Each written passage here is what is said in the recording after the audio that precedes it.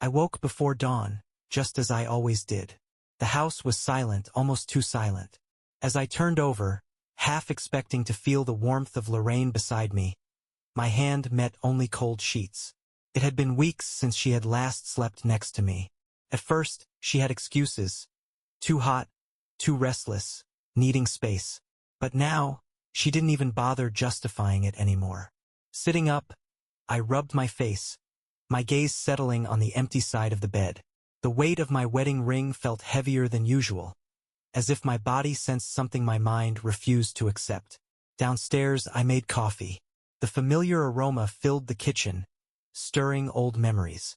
Lorraine had once loved waking up to the smell of freshly brewed coffee, but lately, she barely touched it. I heard soft footsteps behind me. For a fleeting second, my heart lifted. Maybe today would be different. Maybe she'd greet me, smile at me, acknowledge me. "Morning," I said, hopeful. Nothing. She walked past me as if I were just another piece of furniture. Without a word, she opened the fridge, grabbed a bottle of water, and checked her phone. Her fingers moved quickly, scrolling, typing, completely engaged, but not with me. I waited. Just one look, one word. Nothing. "Lorraine," I tried again. She let out a sigh, barely looking up. "I have to get ready." That was it. No eye contact, no warmth, no quick kiss on the cheek like she used to give without a second thought. I exhaled slowly. It was as if I had become invisible in my own home. And the worst part? I didn't even know why. I ran through the past few months in my mind, searching for the moment things had shifted. But there was no clear answer. No fight, no betrayal, just distance. And I had no idea how to close it. That night, I lay in bed alone again, staring at the ceiling. The weight on my chest only grew heavier. I couldn't keep pretending this was normal. Deep inside, a quiet voice whispered a thought I didn't want to face. What if this is the end? I used to believe love had a sound. The warmth in Lorraine's voice when she said my name. The laughter we shared over jokes no one else understood. The soft hum of her voice blending with the radio while she cooked. Now, love had turned into silence. The next morning, I woke to the faint sound of the shower running. She was up before me. That never used to happen. Lorraine had always loved staying wrapped in the blankets for a few extra minutes, grumbling about not wanting to start the day. I used to bring her coffee in bed just to hear her sleepy, "Thank you, babe." Now, I wasn't even a thought in her routine. I sat at the edge of the bed, staring at the bathroom door. It was slightly open, allowing wisps of steam to escape into the bedroom, fogging the mirror across from me. My reflection was barely visible, but I felt like a ghost anyway. When she finally emerged, she didn't spare me a glance. Wrapping her towel tighter around herself, she walked straight to the closet. "Morning," I said carefully, testing the waters. A barely audible response came, maybe a greeting, maybe just an exasperated sigh. I should have let it go. I should have accepted that this was just the way things were now. But I couldn't. I followed her into the closet. "Lorraine, talk to me." She exhaled sharply, grabbing a blouse from the hanger. "I don't have time for this." Time for what? A conversation? A moment of acknowledgement? I stepped closer, lowering my voice. I don't know what's happening between us. Can we please just... She turned so quickly I almost stepped back. "Wendell," I said, "I don't have time. I have a meeting in an hour." I searched her face for anything. Guilt, regret, even frustration. But all I found was annoyance, like I was nothing more than an inconvenience. I swallowed hard. "Do you even care?" For a moment, something flickered in her eyes. Hesitation. But instead of answering, she turned away, buttoning her blouse in front of the mirror. A deep, twisting pain settled in my stomach. This wasn't my imagination. I wasn't making this up. Lorraine had already checked out of our marriage, and I was the only one still holding on. That night, she came home late. I sat at the kitchen table, scrolling through my phone, not really reading anything. My dinner sat untouched in front of me. I had made 2 plates. Hers remained covered in foil, untouched. I heard the front door open and close, followed by the familiar sound of heels clicking against the floor. She walked in, glanced at me, then at the plate. "You didn't have to wait." That was all she said. Not "sorry I'm late." Not "work was rough today." Just that. I clenched my jaw. "You could have texted." She sighed as she dropped her bag onto the counter. "I was busy." I studied her, something burning inside me. "You're always busy lately." She rolled her eyes. "Wendell, please, not tonight. Not tonight. Not ever." I watched as she slipped off her shoes, rubbing her temples like my presence alone exhausted her. And that's when it hit me. She didn't just stop loving me. She resented me. I pushed back my chair, the sound scraping against the floor.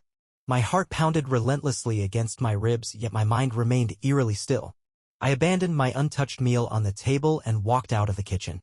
That night, a realization settled deep within me, a gnawing certainty that something was profoundly, painfully wrong. And for the first time, a question I had been avoiding forced its way into my thoughts. Was there someone else? The next morning, I woke to the familiar sound of Lorraine in the bathroom, following the same routine as always. I lay on my back, staring at the ceiling for what felt like an eternity before finally rolling onto my side. My eyes landed on the empty space beside me. The sheets on her side were barely disturbed, a silent confirmation that she hadn't truly slept. Neither had I. I sat up, dragging my hands over my face, exhausted yet restless. My mind had replayed last night's exchange over and over, a conversation that barely qualified as one. The weight of realization pressed heavily on my chest. Lorraine wasn't just distant, she was deliberately withdrawing, piece by piece, moment by moment.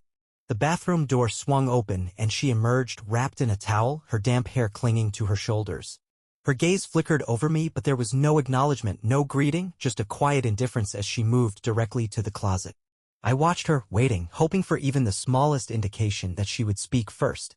But she remained silent, her actions precise and detached, slipping into her clothes as if I weren't standing right there. An ache settled deep in my chest. I had never felt more invisible in my own home. Taking a steady breath, I swung my legs over the side of the bed and stood. "Lorraine," I said carefully, keeping my voice even. She didn't turn to look at me. "I have a lot to do today," she said, her tone flat. I exhaled sharply through my nose, biting down the frustration rising in my throat. "Do you even hear yourself? You always have a lot to do. When did that become an excuse to shut me out completely?" Finally, she turned, arms crossing over her chest. "Wendell, I don't have time for this." There it was again. "I don't have time." A bitter laugh escaped me. "Right? No time for your husband. No time for our marriage. But you've got time for—" My voice faltered, the words catching before they could fully form. Her expression hardened slightly. "For what?" The unspoken question hung between us, thick and suffocating. "For someone else?" I wanted to ask. I wanted to hear the truth, no matter how much it hurt. But I wasn't ready, not yet. Instead, I shook my head and muttered, "Forget it." She turned away without another word, slipping on the rest of her outfit with the same calculated precision, and just like that, the conversation was over. That afternoon, an unshakable restlessness gnawed at me. Without much thought, I left work early, unsure of what I was searching for but unable to ignore the pull towards something I couldn't quite define. When I arrived home, Lorraine's car was absent from the driveway. It didn't surprise me. Lately, she had been coming home later and later, her explanations always the same: meetings, deadlines, obligations that seemed to consume her entire existence. Stepping inside, I dropped my keys onto the table and took a moment to truly observe my surroundings. The house felt unnervingly pristine, almost staged, as if no one actually lived here. The framed photographs remained on the walls, yet they felt like artifacts from a past life. The kitchen counter, once cluttered with the remnants of our daily routines, was spotless, too clean, too empty. No coffee mug left behind, no signs of rushed breakfasts shared before hectic mornings. It was as if Lorraine had already begun to fade from the space, detaching piece by piece. With a growing unease, I climbed the stairs and paused at the doorway of our bedroom. My stomach twisted at the sight of the immaculately made bed, the vanity where her perfume bottles once stood, now reduced to a single lonely bottle. The absence of the others made my pulse quicken. Turning toward the closet, I opened the door. At first glance, everything seemed normal. But as I looked closer, small but undeniable gaps appeared. Her section of the wardrobe wasn't empty, but it was lighter. The hangers, once crammed with her clothes, now had more space between them. Some of her favorite dresses were missing. A few pairs of shoes gone.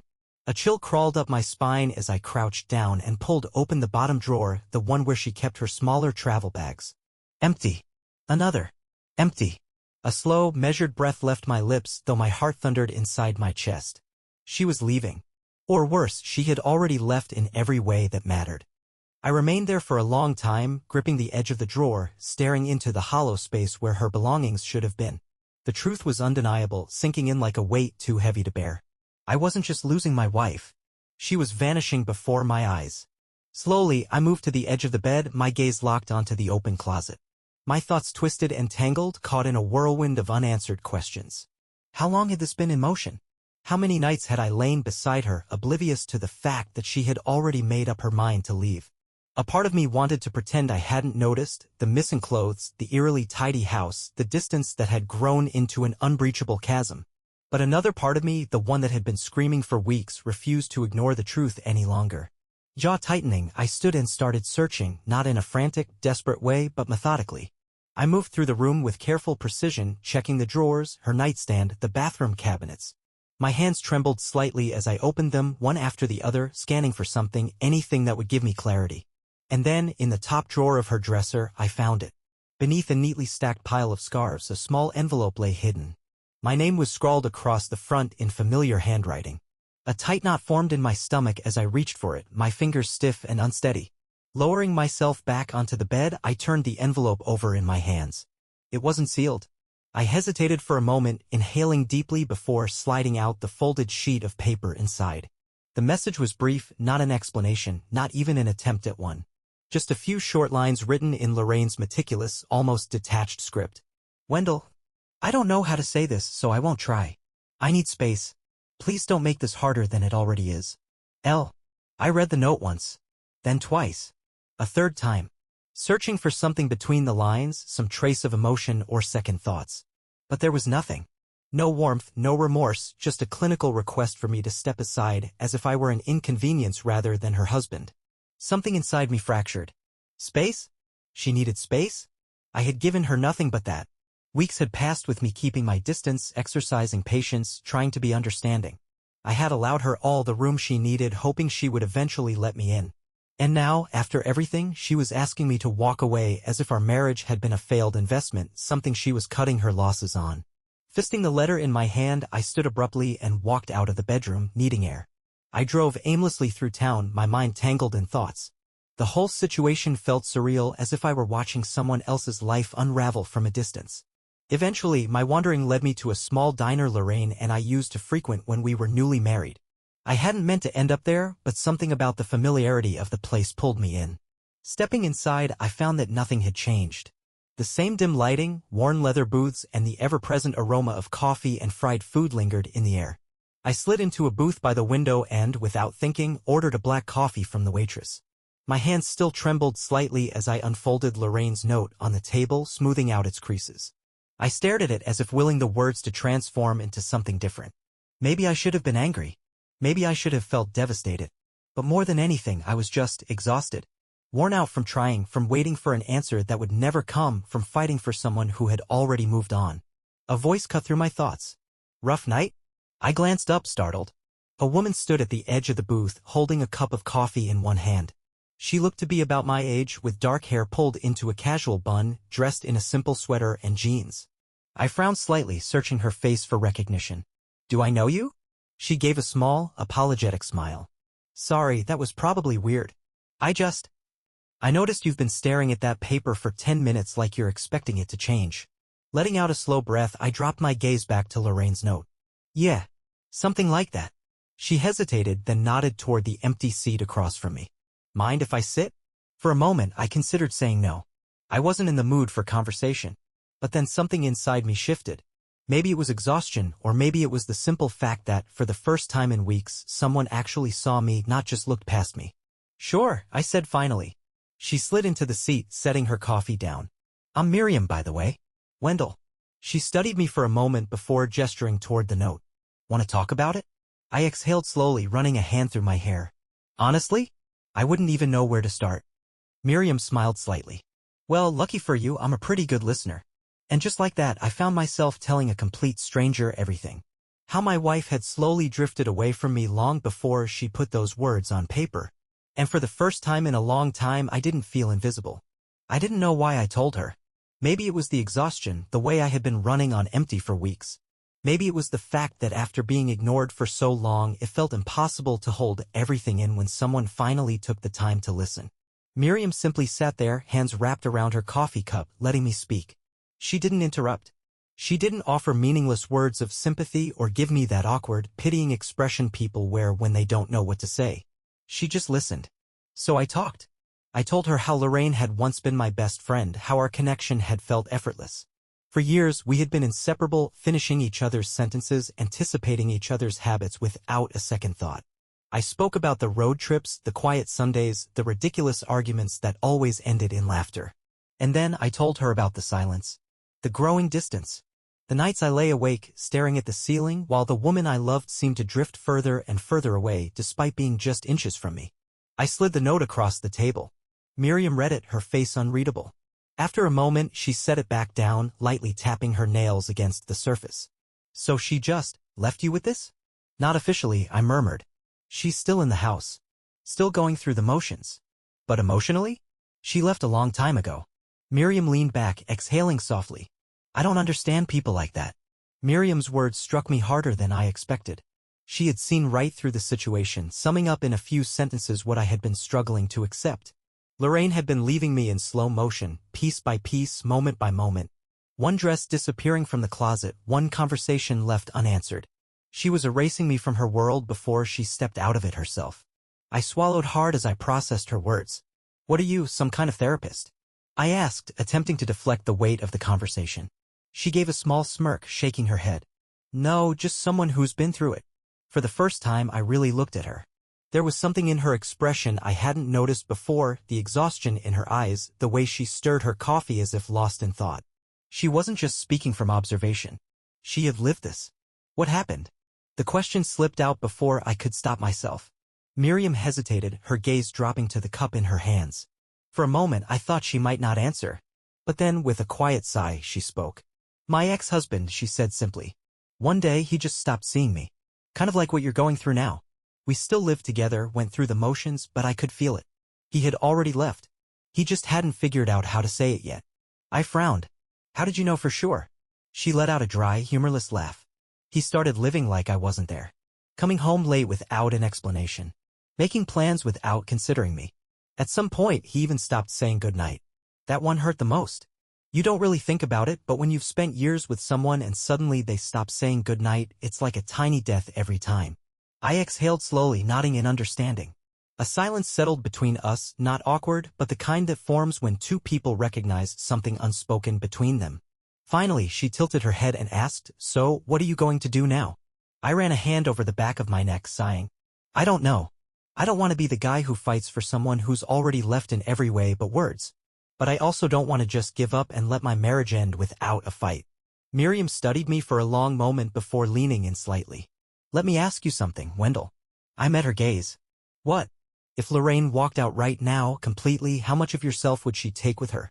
The question sat between us, heavy and unshakable. I opened my mouth to answer, but for the first time I wasn't sure what to say.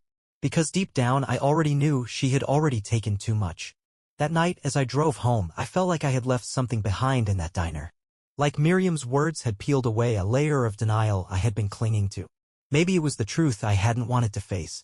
Maybe it was the realization that I had been holding on to something that was already gone. Either way, I felt both lighter and heavier all at once. When I pulled into the driveway, Lorraine's car was already parked in its usual place. The porch light was on, casting long shadows across the yard. For the first time in weeks, I hesitated before going inside. A part of me expected something, a confrontation, an argument, a confession. But when I stepped through the front door, the house was as silent as ever. Upstairs, I heard the faint rustling of fabric, the quiet opening and closing of drawers. Setting my keys down, I took a slow breath before making my way up. My heartbeat was steady, but my thoughts were tangled. At the doorway of our bedroom, I stopped. Lorraine stood by the dresser, folding clothes into a suitcase. The sight hit me harder than I had anticipated. She didn't notice me at first. Or maybe she did and just didn't care. Her movements were deliberate, precise. This wasn't a spur-of-the-moment decision. She had been planning this for a long time. I exhaled. So this is it? Her hands froze for just a second before she turned to face me. Her expression was unreadable, no sadness, no regret. Just that same distant look I had grown used to. I was going to tell you, she said. A bitter laugh escaped me. When? After you were already gone? She didn't answer. I stepped further into the room, my voice measured but firm. How long have you been planning this? She swallowed, glancing at the suitcase. A while. A sharp ache twisted in my chest. And you didn't think I deserved to know? She let out a breath. Wendell, I didn't want a big fight. I didn't want to drag this out. I gazed at her, feeling the weight of those words pressing down on me. Drag this out. As if our marriage was nothing more than an inconvenience she was eager to erase as quickly as possible. My jaw tightened. Had she ever planned to tell me the truth? For a fleeting second, her eyes flickered with something: uncertainty, hesitation. It was brief, but I caught it. And that was all I needed to see. Exhaling slowly, I nodded. Of course. That's exactly what I thought. She turned away, pressing her lips together as if trapping words she would never say. I stepped past her, running a hand through my hair. My head throbbed, thoughts pounding in my skull. I had spent weeks, months retracing every step, searching for the moment when I had lost her. But now, standing in our bedroom, watching her pack a suitcase with the ease of someone shedding an old life, the realization hit me. I hadn't lost her. She had let go of me long ago. And I had been too blind to notice. The silence between us stretched, heavy and unyielding. Neither of us spoke. Then finally, Lorraine sighed as if preparing to say something. When did you start lying? I lifted a hand, cutting her off before she could continue. Don't. My voice was quiet but firm. Whatever you're about to say, don't.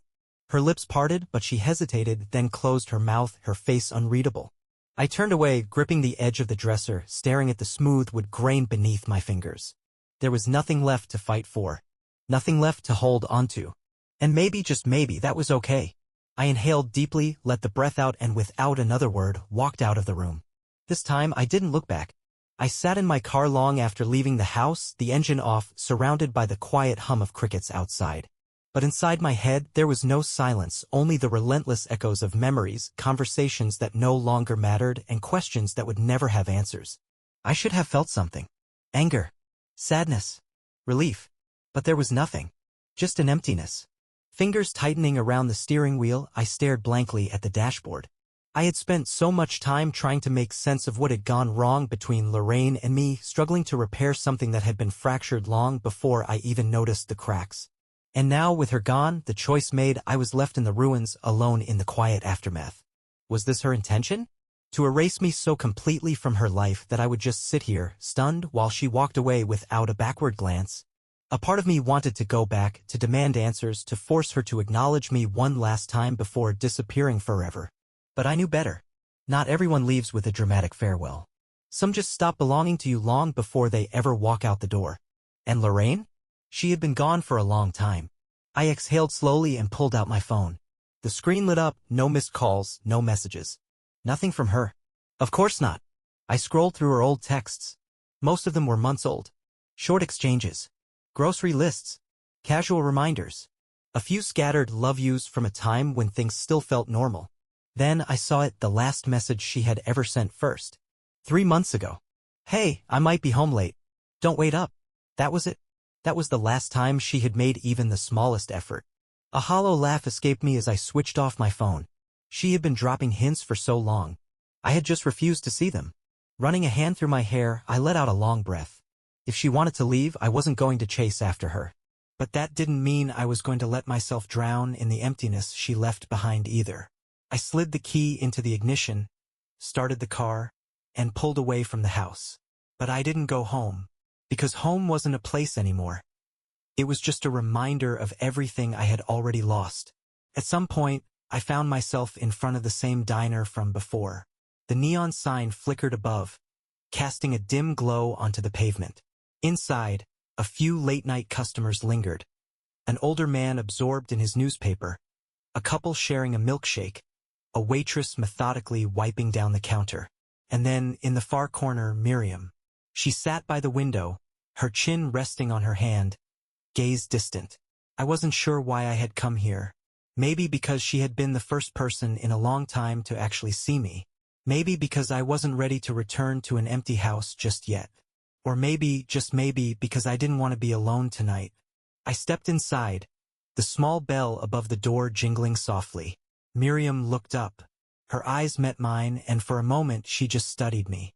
Then, a small, knowing smile curved her lips, like she understood exactly why I was here, without me needing to say a word. And just like that, the heavy weight in my chest lifted, even if only a little. I walked toward her, and for the first time in a long while, I felt like I was moving forward. She didn't say anything as I slid into the seat across from her. Instead, she simply raised an eyebrow, as if she had been expecting me all along. I exhaled, dragging a hand over my face, and let myself breathe. Is it strange that I ended up here? She gave a small, knowing smirk. Not really. The waitress approached without hesitation, placing a steaming cup of coffee in front of me. She didn't ask if I wanted one. Perhaps she recognized me from the other night, or maybe I just looked like someone in desperate need of caffeine. Either way, I murmured a quiet thanks and wrapped my hands around the warm ceramic, letting the heat seep into my fingers. Miriam observed me for a moment, then tilted her head slightly. So, is it over? I nodded slowly. Yeah. She didn't seem surprised. And how do you feel? I considered the question carefully, really thought about it. When I walked out of that house, I had expected some overwhelming emotion. Anger, grief, maybe even relief. But now, sitting in this quiet booth, sharing coffee with someone who had been a stranger only days ago, all I felt was free. Not hollow, not shattered, just free. I feel like I can breathe again, I admitted. Miriam's smirk softened into something more thoughtful. That's a good sign. I nodded in agreement. I think so too. She lifted her cup, taking a slow sip while watching me over the rim. So what now? That was the real question, wasn't it? For so long, my world had revolved around Lorraine. Fixing things, trying to mend something that didn't want to be fixed. And now that it was done, now that she was out of my life, for the first time I had to think about what I actually wanted. The idea wasn't frightening. It was liberating. I let out a breath. I don't know, but for the first time, I'm actually excited to figure it out. Miriam's lips curved into a grin. Now that is the right answer. We sat there for a while just talking. Not about Lorraine. Not about past mistakes or broken promises. Not about heartbreak. Just life. Movies we liked. Places we had always dreamed of visiting. The most ridiculous things we had ever done in high school. And for the first time in what felt like forever, I laughed. A real, unforced laugh. The kind that wasn't weighed down by regret. The kind that reminded me I was still here. Somewhere along the way, I realized something. I wasn't thinking about Lorraine anymore. I wasn't stuck replaying old conversations in my mind, searching for the moment everything fell apart. I wasn't questioning whether I should have fought harder or wondering if there had been one last chance to make it right. I was here, in the present, and it felt good. When the waitress returned to refill our cups, Miriam glanced at me with a playful smirk. So, have you ever been to that little bookstore down the street? I frowned. No. Why? She gave a casual shrug. They've got this whole section of weird, completely useless trivia books. I feel like you'd like them. I raised an eyebrow. Are you saying I'm weird and useless? She laughed. You're catching on quick. I rolled my eyes, but I was smiling. Fine, let's go check it out. We finished our coffee, left a few bills on the table, and stepped out into the crisp night air. And for the first time in a long time, I wasn't looking back. I was moving forward. And maybe, just maybe, the best part of my story was still ahead of me.